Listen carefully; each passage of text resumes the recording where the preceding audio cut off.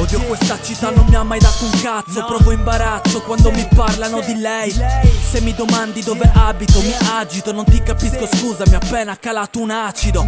Mi voglio fare fuori e non pensare alla realtà. Ormai drogarsi è diventato un'arte sacra. Quel sindaco ruba il parcheggio dei disabili. Gli sbirri stanno al bar, comodi seduti ai tavoli. Hanno reso questa città un grande fratello.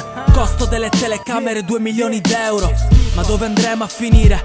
Vorrei venire sulla bocca di Matteo Renzi per non sentire più stronzate se da ricovero.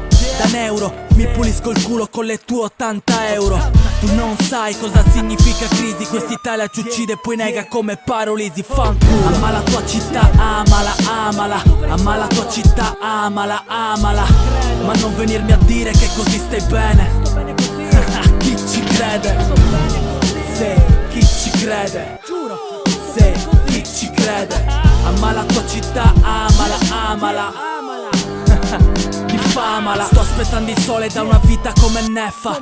Vorrei scappare da questa città depressa. Dentro una prigione. Per molti andare via da questo posto sarebbe la soluzione. Ma dove vai se non hai il culo coperto? E il lavoro non si trova come l'acqua nel deserto. Impazziremo tutti, ma quale svolta? La finiremo a fare i venditori porta a porta.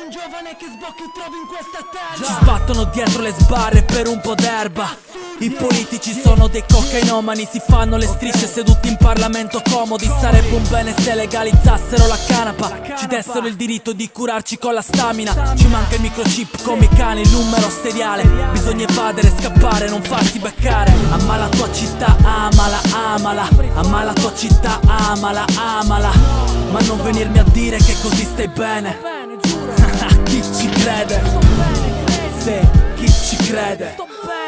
Se chi ci crede? Ama la tua città, amala, amala.